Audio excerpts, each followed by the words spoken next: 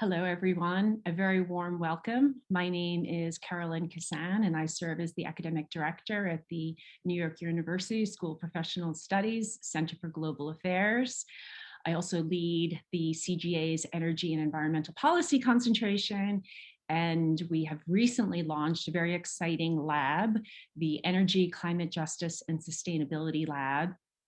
I'm very excited that today's event is part of the launch of the lab, and especially grateful to our three outstanding panelists. I feel really excited about this conversation. Today, we're going to be talking about a lot of the changes that have been going on across the energy landscape. So the title for today's event is Upending the Energy Landscape. Disruption is the New Normal. I don't think I need to sort of tell anyone that 2020, and the start of 2021 has been quite unprecedented due to the global pandemic, COVID-19.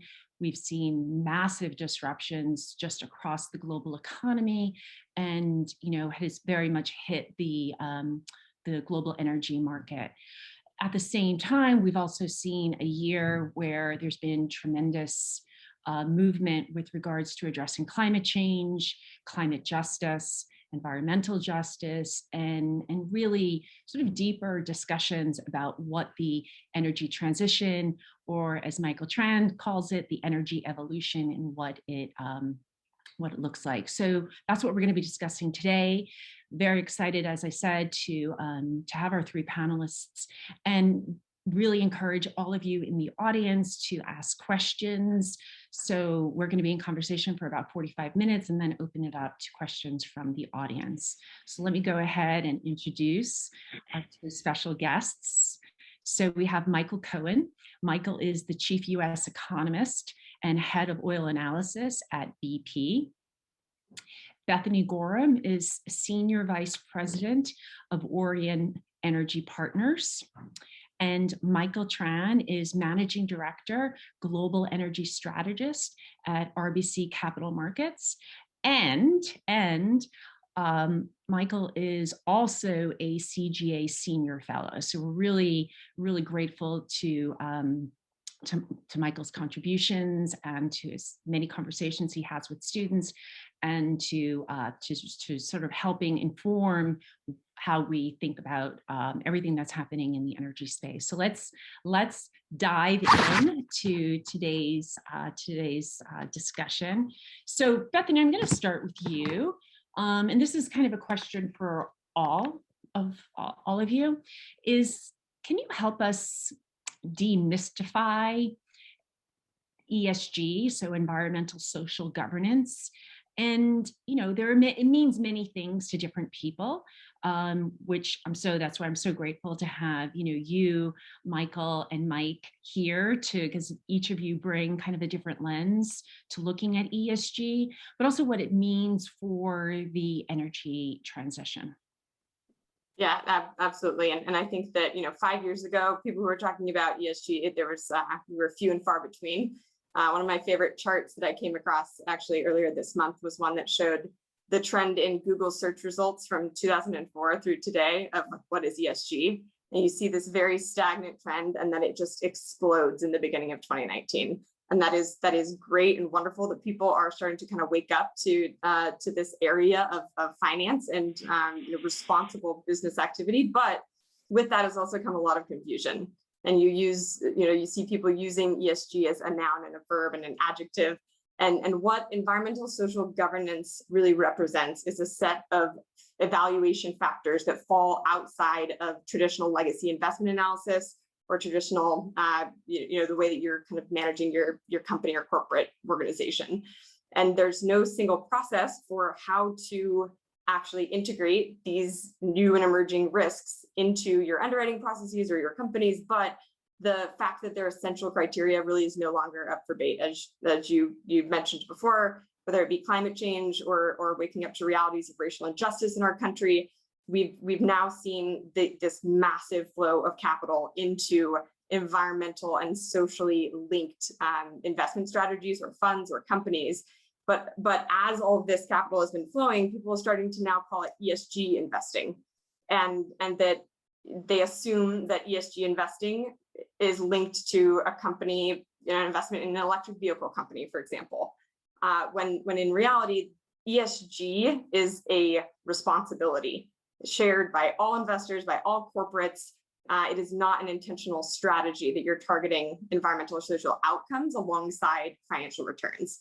And so I think that we also have seen people lump companies and entire industries into this categorization of bad actors in terms of ESG performance, but that you could be a mining company, an oil and gas company, a utility, and you could really have a strong ESG profile, because what it means is taking a look at very real, vital signals that fall outside of traditional financial analysis and allowing that to guide risk mitigation, whether it's in a portfolio or throughout your organization. But ultimately, the goal of a really strong ESG program should be one that is a value creation tool. So something that now we're starting to see investors who are not impact funds, they're sustainable investors. They're targeting and leveraging these environmental and social themes because they recognize these attributes of value creation and risk mitigation. So I think that, yeah, with that as a start, I'll pass it off to one of the other panelists to jump in with their perspectives. Excellent. Thank you, Bethany. Michael, Mike, would one of you like to jump in and follow up with what Bethany has shared? Yeah, I can build on that really quickly. I think Bethany is bang on. Look, ESG investing means, or ESG, I should say, means different things to different people. There's no standard, like Bethany mentioned. So companies are trying to cater towards what investors want, but not all investors really know what they clearly want either. I think that the space is becoming better defined, but it's still somewhat nebulous. What I do believe is, and I think that this really dovetails with what Bethany was talking about, is I think ESG for some investors is going to evolve from being a mandate to being a real lifestyle for all of us. She talked about the responsibility that all companies have, the onus on everybody to kind of live this ESG lifestyle. I think what's interesting is some investors that quietly swore off of energy investing last year or over the course of the past several years have been feeling some degree of FOMO, fear of missing out this year, given that energy markets have firmed this year. We have seen energy equities outperforming the benchmark. So we have seen some of these investment firms re-engage, get back into the energy story. So we've had a lot of the engagement or divestment stories or conversations with investors over recent years. What I think is interesting is two distinct camps. That's interesting in itself. But what I find most fascinating is that there's not really a moderate camp. And I mean, it's called energy transition. It's not called binary energy change for a reason. And so when you think about the engagement idea, investors that still want to engage and invest in energy companies, traditional oil and gas companies, you know, their argument is, well, as shareholders, we can influence. We have a seat at the table because we own the stock. We can push best practices with management boards. We can facilitate change. We as investors can become part of the solution. When you think about the other side of the argument, so the divestment side, we all understand that side. Look, if you sell the stock, valuations for these companies plummet. That increases the cost of capital. These companies can't raise money, can't borrow capital to the same degree. Their business model makes it become increasingly difficult to operate in a volatile cash flow environment. You produce less oil, that leads to higher oil prices. That becomes less economic for consumers. Consumers make structural changes to consumption patterns, and we all transition faster, right? We'd like to all believe that, but what I think is really important is that the media coverage of this is very bifurcated, and I feel like there's very little, let's call it middle ground. So my question is, how do we really create incentives to bridge the polarization? So what I'm most encouraged by is when I hear and learn about sustainable finance teams that focus on helping these companies transition. So for example, one idea, which I think is quite an innovative financial product, is some banks have started to offer what we're calling sustainable linked bonds. And so this is interesting because to me, this straddles both the engagement idea and the divestment theme as well, in the sense that just like any loan, you're loaning a company, you're giving a company a loan at a certain interest rate. But if that company hits certain targets or milestones, so it could be anything from reducing your carbon footprint or meeting your diversity goals and for your management team or boards, if you show progress towards the environment, diversity, inclusion, social equality, then the interest rate or your cost of capital falls with each milestone. So with this, I think it's quite an interesting idea in terms of helping companies transition and become part of the solution. Because as it pertains to climate, I think we all need to be a little bit more open-minded in terms of how we help facilitate that change. It's not a binary solution. And the way I think about it is we only can make the decisions to alter the rate of change that we need to see. So Carolyn, to your point that you kicked off on, we've talked about this often. I fully believe in the energy transition idea, but to be frank, I dislike that term. I dislike that phrase because it makes it sound like oil companies are not part of the transition and they're not part of the medium or future energy mix. So instead, what I like to use is energy evolution, because I think that's really what we're going through right now.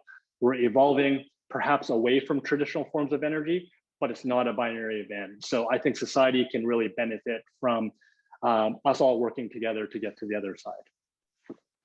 Excellent, thank you. And that's a really wonderful segue over to you, Michael, because I think BP is very sort of exemplifies in many ways, right? Going from an integrated oil company to an integrated energy company. So curious to sort of how BP thinks of ESG and this energy evolution, that, because I think, again, much of what BP's story is and how it's looking forward is about that evolution. Right. Yeah, no, I think what Michael said just a moment ago really resonates with me, and you're preaching to the choir on that. I think that there is an aspect that we are trying to push in terms of just trying to think about the concept of a greening company. So, you know, we are in this climate. We believe it is a crisis together. There is a finite carbon budget, and we need to have more companies that are more green or are already zero carbon. But the fact of the matter is, and I'm just going to share a couple quick factoids to try to set the stage and think about this. There's, 70% of emissions today come from industry, transport, and energy. And so we can't meet the Paris goals just relying on these green companies alone to transform those three sectors. And it requires greening companies like ourselves and some of our peers that are not low carbon today, but we do have a plan to be low carbon and get to a lower carbon future ourselves, and a plan for how to do it. And so I think the important thing to understand is that, from the investor side, there needs to be a more advanced conversation around how to reward these companies with scale and know-how to make the system greener and do it rapidly. And I think that obviously there are policies like subsidies and carbon pricing that reward greening and disadvantage companies who are not working towards lower carbon. And obviously investors in that taxonomy or in that structure of how to think about these companies, there's a need to understand what's the positive impact that they're having, what's the effect of, in terms of long-term value, and what these companies can offer in terms of a balanced portfolio of assets. And in return, those investors should be expecting companies like ourselves to be very transparent, that we need to demonstrate our progress along that pathway. We need to provide, specific targets and metrics towards that delivery of the aims and targets that we've set forward. Because essentially, the world needs as many of these kinds of greening companies as possible. And only when we have that together, then we can transform along this long evolution, however you call it, transition, to achieve those Paris goals. So I'm going to stay with you, Michael, for a minute. So you mentioned Paris goals, and last week the White House hosted a climate summit, an Earth Day summit, and many countries sort of came forward, the United States being one, with net zero targets for by 2050, China by 2060. BP has a net zero target, right, by 2050. So what this path to net zero, this mantra of net zero, and just sort of, would love to get your take on, how do we build in accountability measures into this? How does BP maybe look at it with regards to, still seeing that oil is a part of your operations and still a big part of your business model? Right. I mean, I think, in our investor day and in some of our investor communications over the last 6 months, we've made very clear what our interim targets are in terms of reducing carbon intensity, in terms of absolute reductions of our carbon emissions, in terms of absolute reduction in terms of the oil and gas that we produce and sell. And so this is not just scope 1 or scope 2. This is also how do we take responsibility for the scope 3 emissions, that, in other words, the use of the oil and gas that we sell and the emissions impact from that. And so it's a whole, in government, we would call it a whole of government approach. And in a company, it's a whole of company approach. It's a complete reorganization of the company. It's a new financial frame.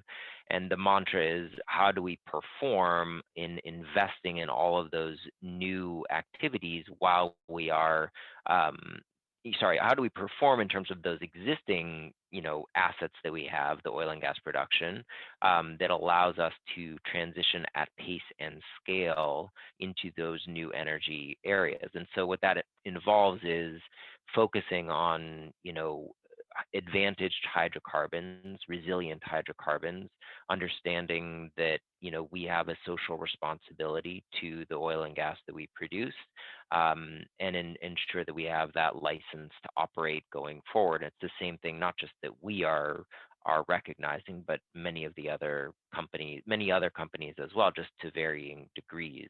But I think in terms of these ambitions that were announced last week, they need to have more of a push behind them, and we have to actually see interim targets, so that we're not just sort of kicking the can down the road to some time out in 2050 when we're magically going to get there.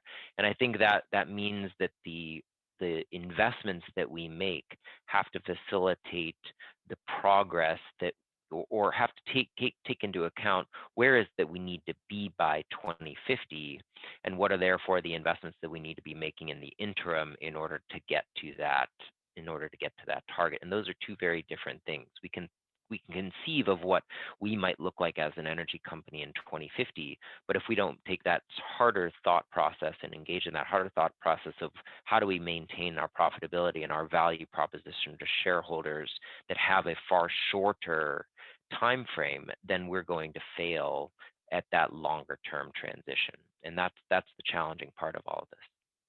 Yeah, and Michael, you just touched on several things that are, I think, so important when you think about the context of the number of net zero commitments that have come out in the last 12 months, being accountability, scope, action plan. I actually, about 2 months ago, I pulled down, there's a group called Energy and Climate Intelligence, and they put out a tracker just tracking corporate and country net zero carbon commitments. 2 months ago, when I pulled this data, there was 127 companies representing about 6.3 trillion in revenues. 85% of those companies had all GHGs in their scope, and 65% had published net zero action plans.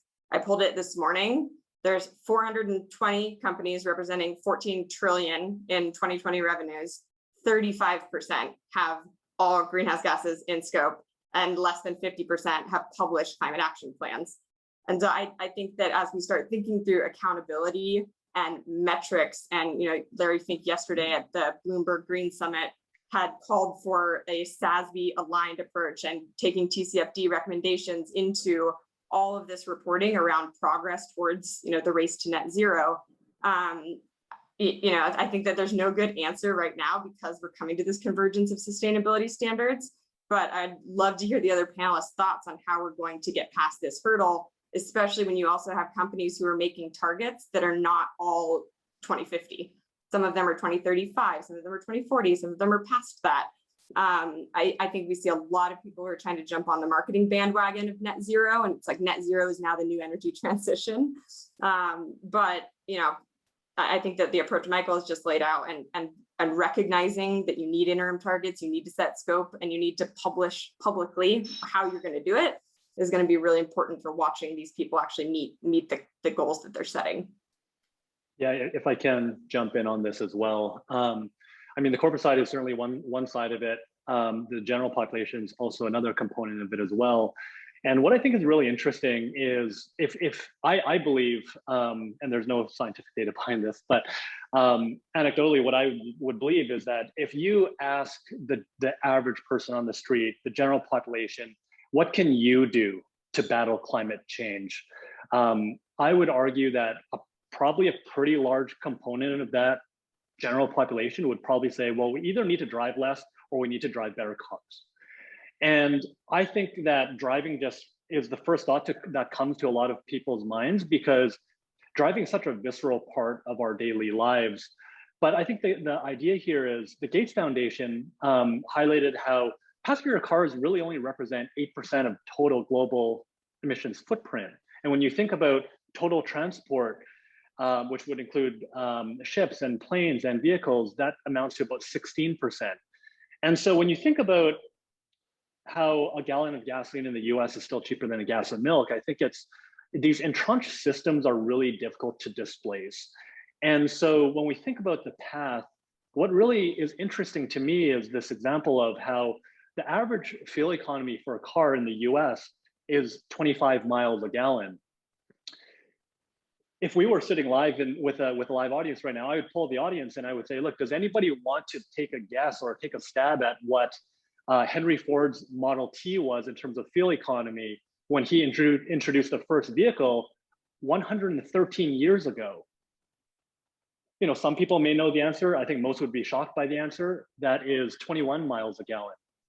So what I think is interesting is we barely moved the needle despite things like the CAFE standards, so the corporate average fuel efficiency standards.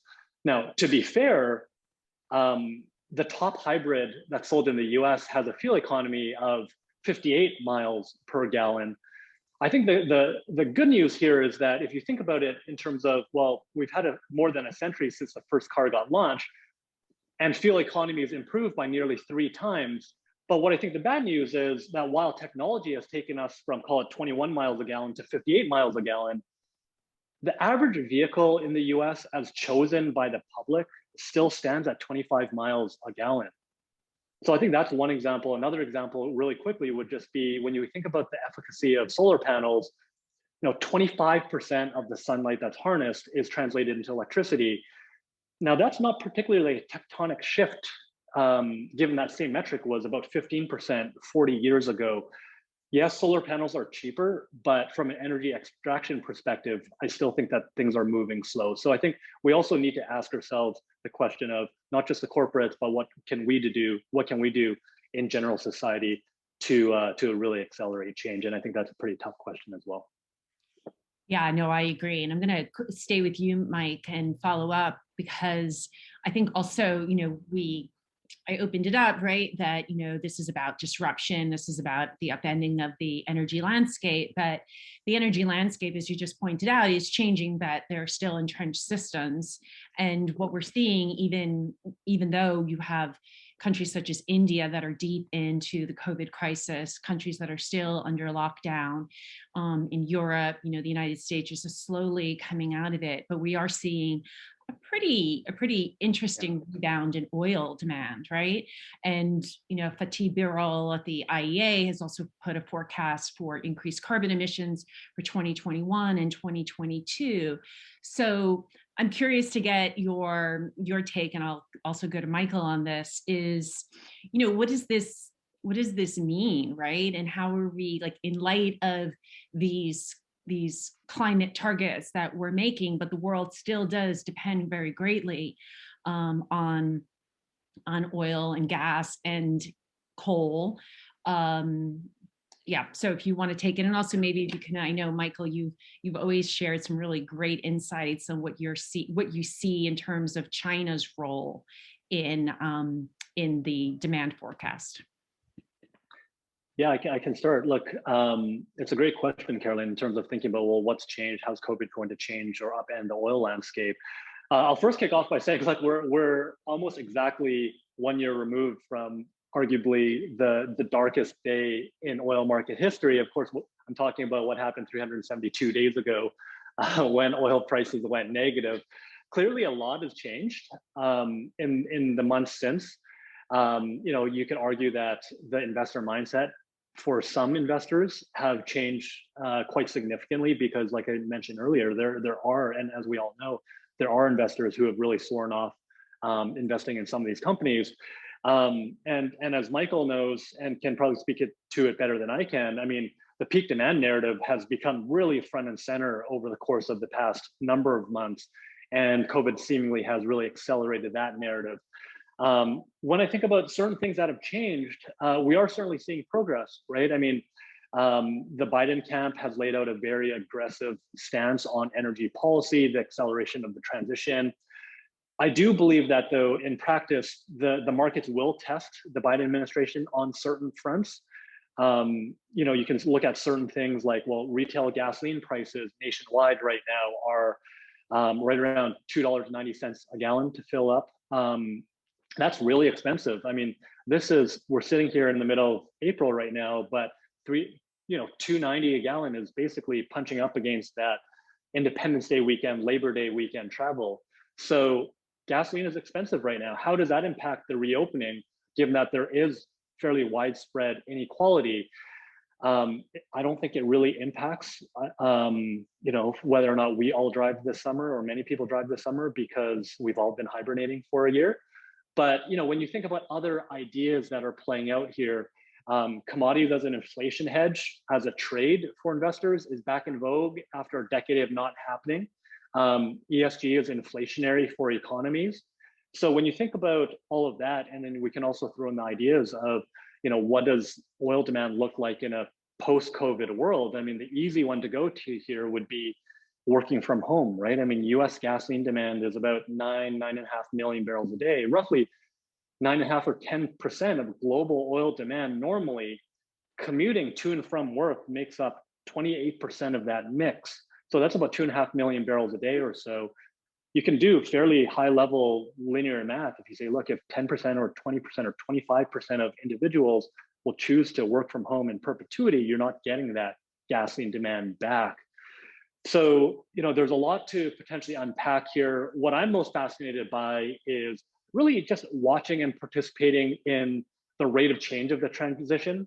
I think that with most things in society, COVID has, like I mentioned, really accelerated the transition. But to be fair, I also think that the acceleration of the media headlines as it pertains to things like peak demand is probably happening at a faster pace than what's actually happening on the ground floor. But those are some of the things that I'm thinking about in a post-COVID world.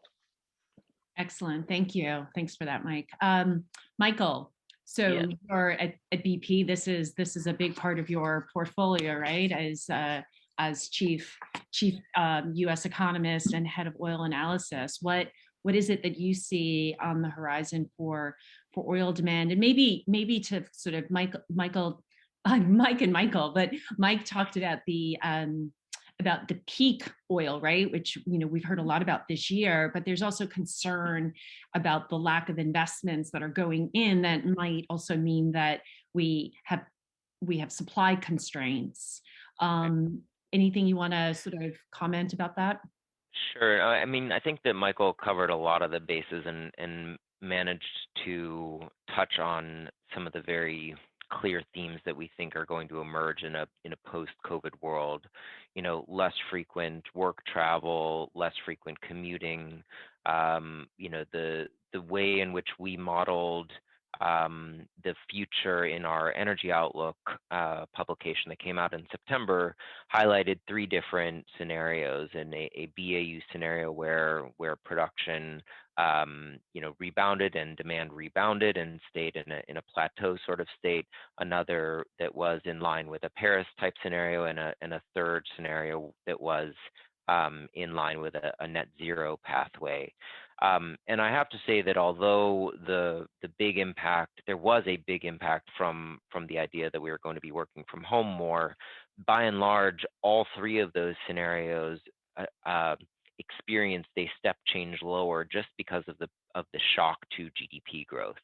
And that was a massive change compared to where we were before, such that almost 2/3 of the change that we saw compared to the prior energy outlook, compared to the one that we released most recently, was GDP related, and that ratcheting lower in the prosperity and the ability to purchase purchase that first car, more so even than the behavioral changes. So I think that there is obviously concern that as we come out of this pandemic, we're going to see a sort of one-off last breath of peak in demand, and that may be over the course of a couple of years. It may be a shot in time over a quarter or 2. There is clearly going to be a new peak in our view, but I think the important thing is to consider what is that new steady state.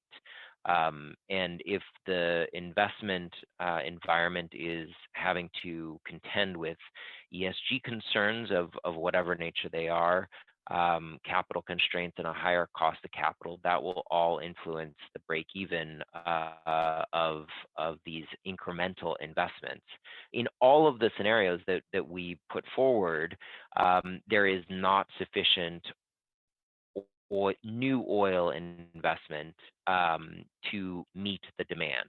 So if you didn't make investment in new supply, your existing base would be declining at 5%, 6%, or 7% per year, depending on what assumptions you make. And that rate of decline, if you're not making new investments, leaves a gap, even in that net zero scenario. It's small in the net zero scenario, but it's certainly bigger in rapid, and it's very big in the BAU. So that means that quantifying that gap and understanding what are the types of hydrocarbons that will be needed to fill that gap means that there's going to be a whole new slate, a whole new portfolio of assets that are fit for purpose in this new environment. And that is going to represent a change for countries like Venezuela or Algeria that have very high carbon intensity hydrocarbons that they are producing. Because in a world that cares about that, that cares about carbon intensity and cares about getting onto a lower pathway, those barrels and those cubic meters of gas are going to lose out in the mix. Great, thank you. I'm going to come back to some of the points that you raised, especially about the impact and influence on countries that are highly dependent on oil revenue, such as Venezuela and others. But before I do that, I want to move to Bethany and sort of get in terms of what you're seeing with regards to the investments in the energy transition and the types of investments that you're seeing. I know technology is a big area, as is infrastructure, and you have Biden's infrastructure, $2 trillion infrastructure proposal that has been put forward. Where are you seeing the sort of, what are you most optimistic about? Where do you see the most sort of possibilities, and where are some of your areas that you're a little bit more cautious of? Yeah, so I think that before this administration, and really in the early days of when energy transition was becoming a big popular thing, people immediately went to the deep decarbonization pathways and clean tech, whether that is electric vehicles, software, infrastructure companies, carbon capture, you name it. Now, I think we're also starting to realize that there is this second and equally important pathway, which is, let's take a look at all of the existing and idle energy infrastructure that has been, historically meant to move hydrocarbons or produce hydrocarbons or drill for hydrocarbons, to then be technology that actually is well positioned for serving the future needs of our energy system and creating jobs in clean energy. A good example of this, Orion Energy Partners is they're a bit of a unique infrastructure investment firm. that do more bespoke, creative credit and equity solutions for environmentally innovative companies. And they, I guess last May, them and a group called Global Clean Energy Holdings acquired a idle petroleum refinery called Big West Petroleum Refinery in Bakersfield, California, that obviously, due to California's really aggressive emission standards, shut down. They now are taking this refinery and they're repurposing it to produce renewable diesel. And that diesel then will be sold to Exxon on a publicly announced proprietary offtake agreement for up to 5 million barrels a year. And in doing so, this plant will also employ 115 on-site laborers who, in this area in California, they got hit really, really hard by a lot of these regulations around emission standards because the plants and the assets that they were operating were gone. So I think that's a perfect example of what investing in energy transition, sometimes you have to take a step deeper down and to educate your investors and the broader market. Why are we purchasing this petroleum refinery? It's not because we want exposure to petroleum. It's because we see it as an opportunity to repurpose it for the new frontier of energy. Quick follow-up on that. And is that when you talk to investors, right, about making that switch, is that something that is kind of easily understood, or is it a hard sell, or is it something like, yes, that's great because that also sort of fits within sort of our portfolio mandates? Yeah, I think this ties back to the question around how COVID changed things. I think for me in the private capital markets and very involved with the kind of LP facing side of Orion's business, stakeholder engagement will forever be changed because the relationship between GPs and LPs, specifically around sustainability risks and the integration of sustainability risks into your investment process, it has to be a collaborative and education process. We're seeing a lot more interest in people who are wanting to know what that underwriting process looks like, what that post-investment monitoring process looks like. And just like we are setting up to commitments, whether it be to UNPRI or other people who are in Europe, if it's like SFDR reporting, what your LPs expect out of you, you also then have to pass off to your portfolio companies or to the companies who you're partnering with in these infrastructure developments. So I also think that there will be a new legal framework for investing in energy transition and ESG linked investment themes. But I think that the relationships in the conventional model of private equity between investors and investee companies, that looks very different, and the relationship between GPs and LPs. Excellent, thank you, Mike. I'm going to go to you.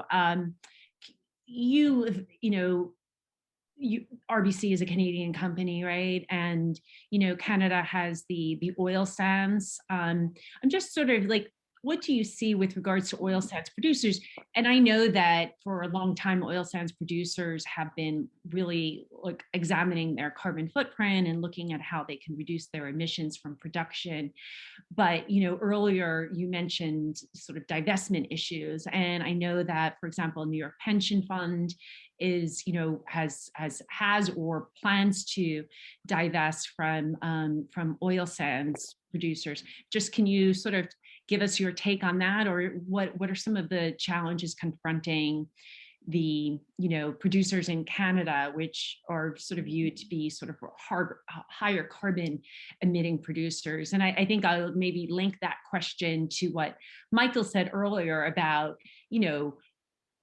countries that have very specific and deep revenue streams that come from the sale of traditional fossil fuels, and how they are sort of thinking about how they meet many of these sort of new regulations or new needs coming out of the market. Yeah, no, Caroline, it's a great question. I think what's very important in terms of our platform is that Canada is a big part of what we do, being a natural resource country, and then also a bank that does a lot of business. And has worked with a lot of these oil and gas clients over the past number of years. A lot of this goes back to my comment about how we're trying to really partner with a lot of these companies, hold their hand through the process, which is, a nebulous process, which is a challenging process. I think that the idea here, Carolyn, that's really important. The first step is, this would have been a hard conversation years ago because, 3, 4, maybe 5 years ago, I feel like there were a lot of people that were straddling the line of this. Michael's company certainly is at the forefront of pushing that transition. I think has really set the tone for not just traditional energy companies, but banks as well, in terms of how do we partner to ensure that everybody is on the same evolutionary path. So I think a lot of this goes back to my initial comments about, sustainably linked bonds. Is there a way that we can help engage with these clients of ours to get them moving in the right direction? It's also really important in terms of how we think about Canada as a whole, right? Because being Canadian, we're blessed with a lot of resources, but in terms of different sectors that we can lean on, we have a very strong energy sector, we have a very strong banking sector, mining sector. You can go on, but it's a fairly short list of things that Canada actually sectors that can really lead the Canadian economy. So I think it's more than just an industry idea. It's a national idea that's really important that we've to a degree really embraced. But again, I think a lot of it is dedicating more and more resources. So we have a dedicated ESG team who works very closely with the banking side of the business, whose goal is, or mission is, to facilitate the path towards helping these companies transition. Because what we like to believe, and BP is certainly part of that, is they're part of the evolutionary process. They can be part of the solution as well. And I think it's our job to essentially work with them to ultimately, like I said, get to the other side. So I think that we're making progress in this space from a global perspective. I think that there's still certainly more work to do, but I think unlike some of these other banks that have stopped lending to oil and gas companies, we want to be part of the solution. So that's why we're doing what we're doing here now. Excellent. And maybe just a quick follow-up question. What role do you see for carbon capture, so CCS, in terms of, do you see this as being, an important part of, not just for Canada, but for many countries that will continue to produce and need to produce oil, right? Yeah. To meet the demand that is out there. Yeah, look, I think that, what Bethany mentioned, talking about technology, I think that's fascinating. I think that's really the next level here. CCS certainly plays a huge role in terms of getting us on the right path. I wouldn't just stop there, Carolyn. I would say that technology is going to play a very large role. So, for example, I spent some time talking to the management team of an incredible Montreal-based tech company. It's called Brainbox. What they do is they have a device that goes on top of your office building, and they're able to limit emissions or reduce emissions in HVAC by 20 to 30%. And that's the proof of concept is there. They're trying to scale. It's incredible to think about certain ideas like that, private company, et cetera. Historically, I think what's interesting when we talk about like something like CCS or like what I just mentioned, I think it's interesting that historically, when you think about the industries that have the biggest lobby group spend in places like DC, you think big oil, big tobacco. What we've seen recently is big tech has recently surpassed big oil and big tobacco. And you can argue that, well, it's because social media, Facebook companies like that have a much larger lobbying presence now. But what I think is really interesting is if we just said that big oil and big tech have big lobbying presences, historically speaking, you would think, well, lobbying, negative connotation for society, and that's why you have lobby groups there on your behalf. But if you put big oil and big tech together, I think that we can come up with really extremely accretive solutions. The cross-section between big tech and big data, I think can really become a force for good. Whereas from a public perspective, maybe people look at big tech or big oil as being less of a force for good. But I think we put those two things together, we can get to a really, really good place. I love that. Thank you. And I also love the name of that company, Brainbox. Isn't that, I think it's a fantastic name. Yeah, look, the CEO just sent me a message on LinkedIn and we had a conversation, nothing to do about work, but just a very fascinating story. So things like that make me really, really encouraged to think about where technology can really take us. Great. So we're getting a couple of questions in from our audience, and please keep them coming in. Michael, I'm just going to go to you quickly. I mean, BP is interesting on so many different levels, right? We talked about the evolution, but like BP is really making some big headway, in terms of what they're doing around wind.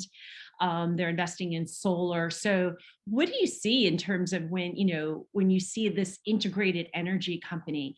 And I think kind of also piggybacking on what Michael was saying, what Bethany has said, that there's an important role, right, for companies like BP, because they have a lot of money that they can spend, and they are very much invested in what this changing energy landscape looks like.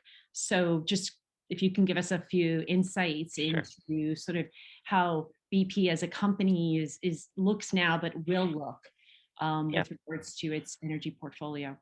Yeah, so I mean, a couple interesting facts that I'll share, just in terms of three different areas: one, resilient and advantaged hydrocarbons, lower carbon electricity and energy, and then the third is mobility and solutions in the mobility space and transport space. And so in terms of the first area, there's a whole bunch of things we're doing, at our refineries, at our upstream production to reduce the carbon intensity.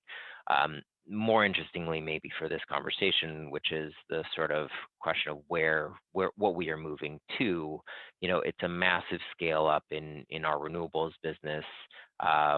We're growing our solar capacity through our investment in Lightsource BP, which already was Europe's largest solar developer. And so about 2.5 years ago, that solar business was in 5 countries. Today, it's in 14 countries and growing. In offshore wind, we've just made some investments in the United States. So we now have, between the US and the UK, about almost 4 gigawatts of offshore wind generation capacity that's in the pipeline. As I mentioned, and it's sort of broadly or overlaps in 2 of the areas. We have these hydrogen projects at Teesside in the UK. We have a hydrogen project and CCUS project in our Lingen refinery in Europe. And so that's how we're making these solutions work for our existing assets.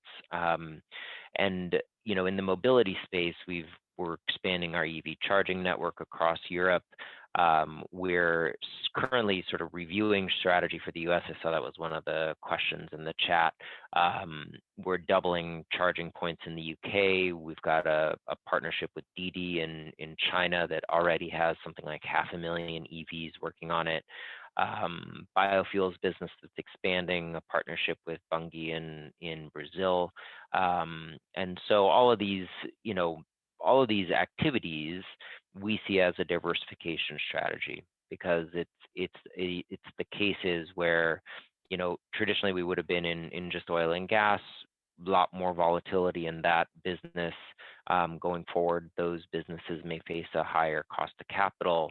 And the way that we're looking at all of these businesses is that we have to make sure that our strategy is robust to any of those scenarios. What are the things that we believe? What are these core beliefs about the future of the energy system? And how do we ensure that our strategy is robust to any of those scenarios and to those beliefs? Excellent. And thanks for answering that first question that came from actually someone who works for BMW in Europe, who asked about the BP's role in terms of rolling out charging stations. And that person is also joining the CGA in the fall as a visiting student. So I'm excited about that. So I have a question for Bethany and for Mike. It seems to me that consumers and investors will put their money in products, investment vehicles that are available to them and most attractive from various points of view. How can industry and the investment community use this knowledge to shape our needed greener energy transition? Bethany, do you want to get us started? Yeah, I mean, I think that if you're talking about the difference between putting your capital into a generalist or conventional kind of investment strategy versus that does kind of link, positive outcomes, whether they be environmental or social, alongside financial returns. I think that you don't have to sacrifice financial performance today in completely green, clean impact strategies. I think that there's for a long time been a misconception that impact implies a concessionary return profile. I think today that is the exception and not the rule. So I think that you already see a big wave, trillions of dollars in capital that are flowing into these new climate funds. You see corporates now getting into the investing side as well, with Microsoft launching $1 billion climate fund, Amazon following suit. So I think that shift has already happened. But the good news is today that you can, oftentimes target above market returns and achieve both higher financial performance as well as positive environmental or social impact. Yeah, I would look. There's not much to really add to that. I think Bethany really hit everything there. I think the key idea also is if we're thinking about different potential investment vehicles, where to park your capital, et cetera, if we take it away from the traditional realms of finance that perhaps are harder for retail investors to get involved in, I'm gonna throw this idea out there, Carolyn. When we think about the post-pandemic world and how ESG, again, we'll call it a lifestyle, is just really accelerating. How do you want to be part of that from an investment perspective? So, for example, many people say, look, when I bought an iPhone for the first time, I should have bought Apple stock. When I bought a Lululemon shirt for the first time and thought this is a great product, I should have bought the stock, right? So I'm going to take a different approach here, outside of my daily thought process. But what I'll say is, look, if we're really trying to reimagine the way that we all move as a society, we can think about certain vehicles like startups, in the sense that micro mobility is a big thing now, right? I mean, Michael mentioned talked about the topic of how mobility is changing. If you think about micro mobility startups, there's more and more of those coming up in different cities. In New York, it's like City Bike, so bike share, scooters.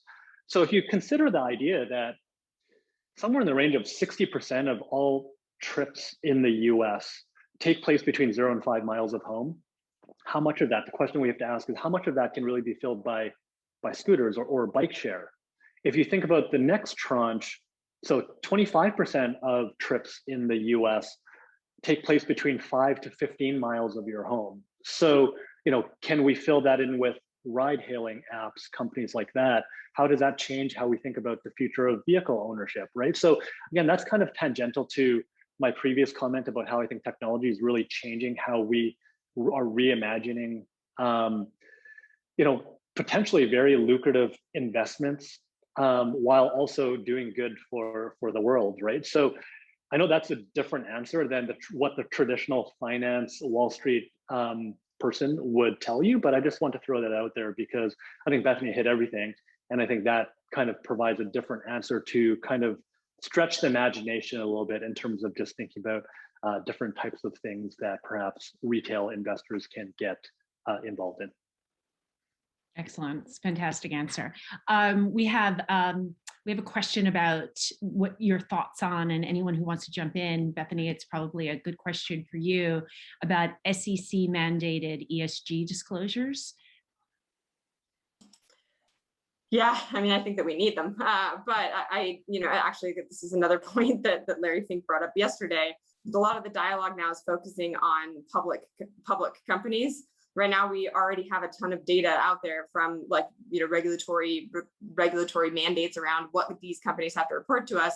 I think that as this regulation evolves and as we learn from the experiences with the Sustainable Finance Disclosure Regulation, or SFDR, in Europe, I think that we'll learn a kind of a lot from that trajectory. They're very different regulations, right? In Europe, it's a comply or explain approach, where if you are an investment institution or a corporate that is looking to raise capital from large European investment organizations, you have to specify in your legal documents and on your website exactly how you're addressing sustainability risks. And you have to categorize yourself on, I am an investor. I'm not going to try to claim that I'm trying to target sustainability themes, or I do target sustainability themes, but I'm not an impact investor, or I'm an impact investor and my mandate is to reduce carbon in every investment that I make. Those different levels will, I think, shape how the US thinks about holding different classes of investors accountable for what they're reporting.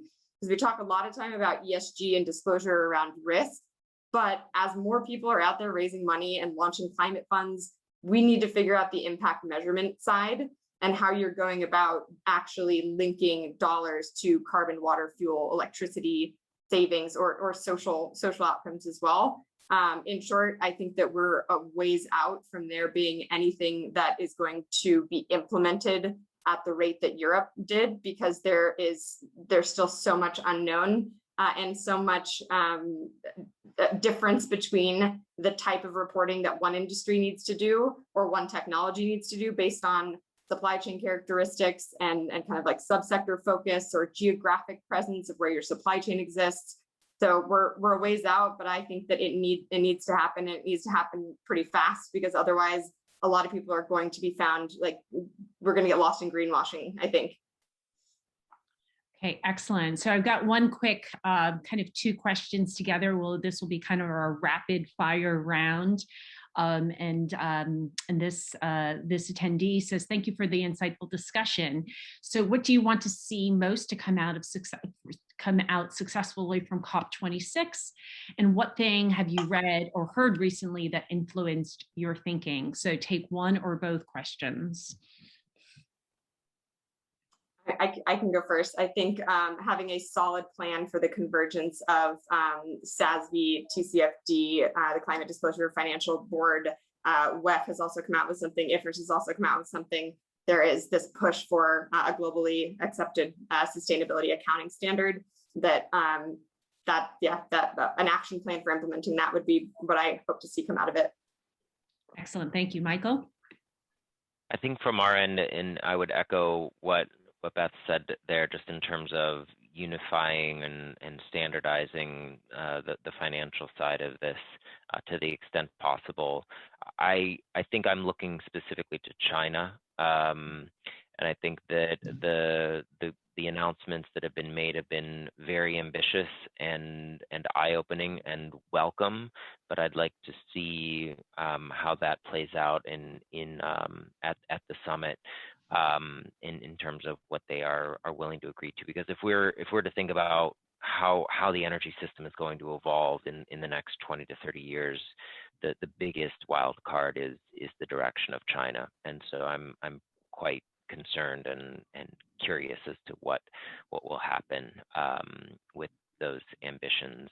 And then in terms of what I've read recently, the land use change and just the influence that soil management has on methane emissions, and how we're thinking about that in terms of tackling broader GHG emissions profiles, not just the energy related CO2 emissions, which we focus on a lot in the energy sector, but more broadly speaking, there's a lot that we don't understand, and we have to be looking at that as a solution, as one solution.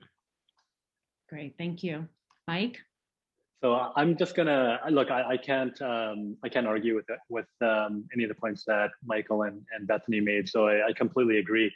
I'm gonna take Michael's point on China and roll that into what I think was really interesting and surprising in terms of the pace that they're moving to a degree. In terms of what I've read recently, So I agree with Michael on the COP side.